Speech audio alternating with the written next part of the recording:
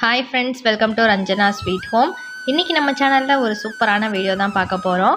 நாளைக்கு ஓணம்.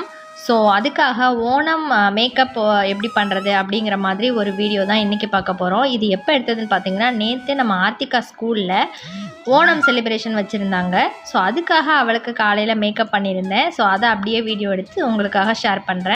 நம்ம வீட்டில் இருக்கிற குட்டீஸ் மாதிரியே உங்கள் வீட்லேயும் நிறைய குட்டீஸ் இருப்பாங்க. ஸோ அவங்களுக்கும் இதே மாதிரி பண்ணணுன்னு உங்களுக்கு ஆசையெல்லாம் இருக்கும்.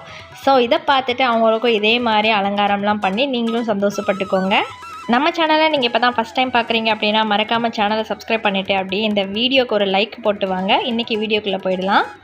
இன்றைக்கி பார்த்தீங்கன்னா ட்ரெஸ்ஸிங் லாஸ்ட்டாக தான் பண்ண போகிறேன். ஃபஸ்ட்டு மேக் ஓவர் தான் நடக்க போகுது. ஸோ ஃபஸ்ட்டு வந்து ஹேர் ஸ்டைல் தான். ஹேர் ஸ்டைல் பார்த்தீங்கன்னா இன்றைக்கி ஆர்த்திகாவுக்கு வந்து கொஞ்சம் சளி பிடிச்சிருக்கனால தலைக்கு நான் ஊற்றலை. ஹேர் வாஷ் பண்ணாமல் இருக்கிற ஹேரில் அப்படியே தான் நான் பண்ணிகிட்ருக்கேன். நெத்தி சுட்டி சில பேர் தலையெல்லாம் சீவிட்டு அதுக்கப்புறமா வைப்பீங்க. அந்த மாதிரி வச்சா நம்ம பின் பண்ணுறது எல்லாமே அசிங்கமாக தெரியும்.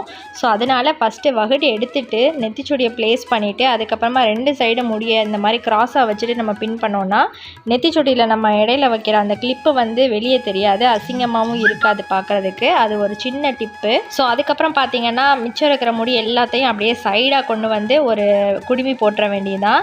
ஸோ ஆர்த்திகாவுக்கு இப்போ தான் ரீசெண்டாக ஹேர் கட் பண்ணதுனால பின்னாடி இருக்கிற முடி கொஞ்சம் ஜாயின் ஆகாமலே இருந்தது. ஸோ அதை ஜாயின் பண்ணுறதுக்காக கொஞ்சம் பின்னாடி கூடி தான் நான் போட்டிருக்கேன். இன்னுமே நல்லா தூக்கி முன்னாடி கொண்டு வந்து போடலாம் குடுமி. அப்போனா தான் வந்து நமக்கு அந்த கொண்ட சைடில் வந்து நிற்கும் போது இன்னுமே ரொம்ப அழகாக இருக்கும். பெரிய குழந்தைங்களுக்குலாம் பண்ணும்போது அந்த மாதிரி இன்னுமே நல்லா ஃப்ரண்ட்டில் கொண்டு வந்து அந்த ஃபஸ்ட்டு போடுற பேண்டை வந்து நல்லா டைட்டாக போட்டுக்கோங்க. அப்போனா தான் அது வந்து ப்ளேஸ் ஆகி நிற்கும் அந்த கொண்டை.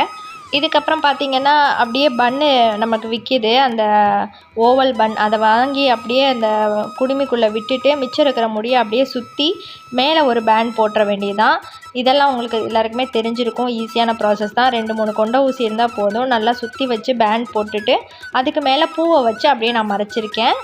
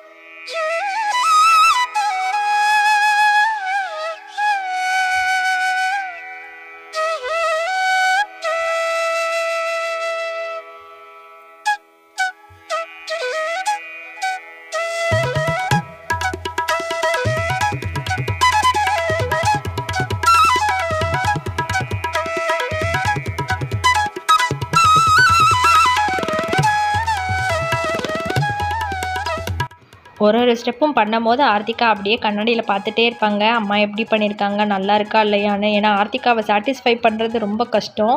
ஒரு சின்ன பொட்டுனா கூட நீங்கள் மேலே ஏற்றி வச்சுருக்கீங்க, இறக்கி வச்சுருக்கீங்க, கொஞ்சம் பெருசாக வச்சுருக்கீங்க அப்படின்னு ரொம்ப சொல்லுவாள். அழிச்சு வைப்பேன். ஸோ அந்த மாதிரி ஆள் நம்ம ஆர்த்திகா. ஸோ அவளுக்கு சாட்டிஸ்ஃபை ஆகிற அளவுக்கு பண்ணணும். இப்போ எல்லார் வீட்லேயுமே குழந்தைங்க அப்படி தான் ரொம்ப தெளிவாக இருக்காங்க. ஹேர் ஸ்டைல்லாம் முடிச்சுட்டு இப்போ ஃபேஸ் மேக்கப்புக்கு வந்தாச்சு. அது எப்போவும் போல் நம்ம போடுறது தான். ஒரே ஒரு கரெக்ஷன் என்ன அப்படின்னு பார்த்தீங்கன்னா, கேரளைட்ஸ் பார்த்திங்கன்னா நல்லா நிறைய மை போட்டிருப்பாங்க. ஐப்ரோக்கும் சரி, ஐலைனர் காஜல்லாம் வந்து நல்லா ப்ரைட்டாக போட்டிருப்பாங்க, போல்டாக போட்டிருப்பாங்க. ஸோ அதுக்கு ஏற்ற மாதிரி கொஞ்சம் திக்காக டார்க்காக பெருசாக போட்டிருக்கேன் பாப்பாவுக்கு இன்றைக்கி.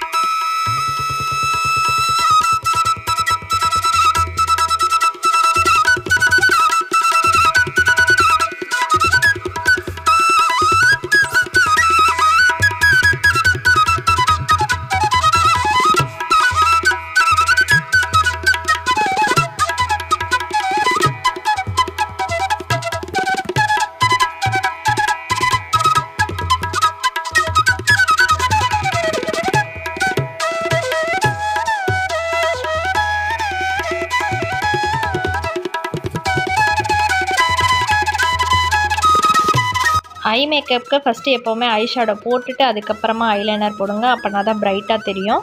ஸோ இப்போ எல்லாமே முடிஞ்சு லிப்ஸ்டிக் வரைக்கும் வந்தாச்சு. எனக்கு வந்து மூக்குத்தி வைக்கணும்னு ஆசை, அதனால் ஒரு சின்ன ஸ்டோன் போட்டு எடுத்து வச்சேன். வச்சோடனே ரொம்ப அழகாக இருந்துச்சு பாப்பாவுக்கு.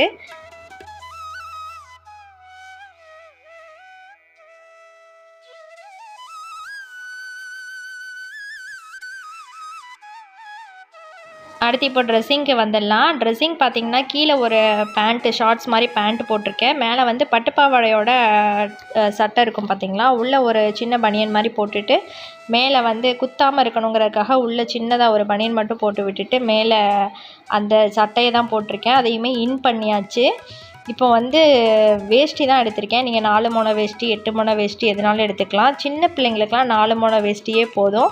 இது ஆக்சுவலாக 8 முனை வேஷ்டி 2ஆக மடித்து அயன் பண்ணது. அதை அப்படியே 2ஆமே மடிச்சுட்டு அப்படியே வச்சுருக்கேன். இவளோட ஹைட்டுக்கு ஏற்றாப்புல மடிச்சிருக்கேன் பாருங்கள். மேலேருந்து கீழே பாதியை விட கொஞ்சம் மேலே இந்த மாதிரி வச்சு மடிச்சிட்டோம்னா நமக்கு பிள்ளைங்களுக்கு கட்டுறதுக்கு ஈஸியாக இருக்கும். இதுவே நம்ம பெரிய பிள்ளைங்க அப்படின்னா 8 முழ வேஷ்டியை நல்லா விரிச்சுக்கலாம். விரிச்சிட்டு இந்த மாதிரி ஒரு சுற்றிட்டு கீழேயுமே ஒரு 4-5 ஃப்ளீட்ஸ் நம்ம சாரீக்கு எடுக்கிற மாதிரி எடுத்து பின் பண்ணிவிட்டு அதுக்கப்புறமா மிச்சம் இருக்கிற துணியை இதே மாதிரி மேலே சுற்றி கொண்டு வரணும். சுற்றும் போது வந்து பார்த்திங்கன்னா கொஞ்சம் டைட்டாக இருக்க மாதிரி பார்த்துக்கோங்க. சுற்றிட்டு இப்படி சுற்றி வந்த பிறகு கடைசியாக மறுபடியும் ஒரு 4-5 ஃப்ளீட்ஸ் எடுத்துகிட்டு அதுக்கப்புறமா அதை வந்து உள்ள ஷர்ட்குள்ளே விட்டு பின் பண்ணணும். சைடில் பார்த்திங்கன்னா அந்த கரை தெரியும் வேஷ்டியில். ஸோ அது வந்து அசிங்கமாக தெரியக்கூடாது நூலாங்கிறதுக்காக அதுலேயுமே ஒரு ஃபோல்ட் பண்ணி நான் பின் பண்ணி வச்சுருக்கேன் ஆல்ரெடி. ஸோ அதை வந்து அப்படியே மடித்து விட்டுட்டு நம்ம வந்து மேலே ஒட்டியானம் கட்டிட்டா அப்படியே நிற்கும்.